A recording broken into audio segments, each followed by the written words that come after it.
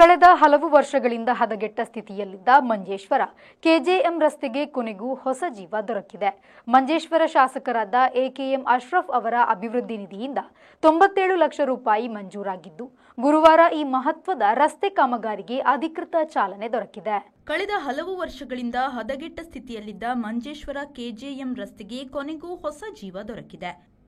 ಮಂಜೇಶ್ವರ ಶಾಸಕರಾದ ಎಕೆಎಂ ಅಶ್ರಫ್ ಅವರ ಅಭಿವೃದ್ಧಿ ನಿಧಿಯಿಂದ 97 ಲಕ್ಷ ರೂಪಾಯಿ ಮಂಜೂರಿಯಾಗಿದ್ದು, ಗುರುವಾರ ಈ ಮಹತ್ವದ ರಸ್ತೆ ಕಾಮಗಾರಿಗೆ ಅಧಿಕೃತ ಚಾಲನೆ ದೊರಕಿದೆ.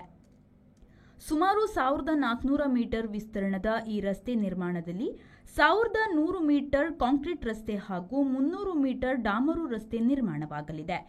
ಜೊತೆಗೆ ರಸ್ತೆ ನೀರು ನಿಲ್ಲದಂತೆ ಮಾಡಲು 250 ಮೀಟರ್ ಉದ್ದದ ಡ್ರೈನೇಜ್ ವ್ಯವಸ್ಥೆ ಸಹ ನಿರ್ಮಿಸಲಾಗುತ್ತಿದೆ.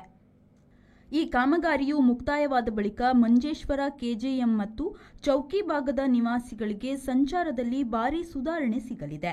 ವರ್ಷಗಳ ಸಮಸ್ಯೆಗೆ ಕೊನೆಗೂ ಪರಿಹಾರ ಸಿಕ್ಕ ಹಿನ್ನೆಲೆಯಲ್ಲಿ ಸ್ಥಳೀಯರು ಶಾಸಕರಾದ ಎಕೆಎಂ ಅಶ್ರಫ್ ಅವರಿಗೆ ಧನ್ಯವಾದಗಳನ್ನು ಸಲ್ಲಿಸಿದ್ದಾರೆ. ಕೆಜೆಎಂ ರಸ್ತೆ ಅಭಿವೃದ್ಧಿ ಮಂಜೇಶ್ವರದ ಸಮಗ್ರ ಅಭಿವೃದ್ಧಿಯತ್ತ ಮತ್ತೊಂದು ಹೆಜ್ಜೆಯಾಗಿ ಪರಿವರ್ತನೆಯಾಗಲಿದೆ. ರೆಹಮಾನ್, ವಿ4 ನ್ಯೂಸ್, ಮಂಜೇಶ್ವರ.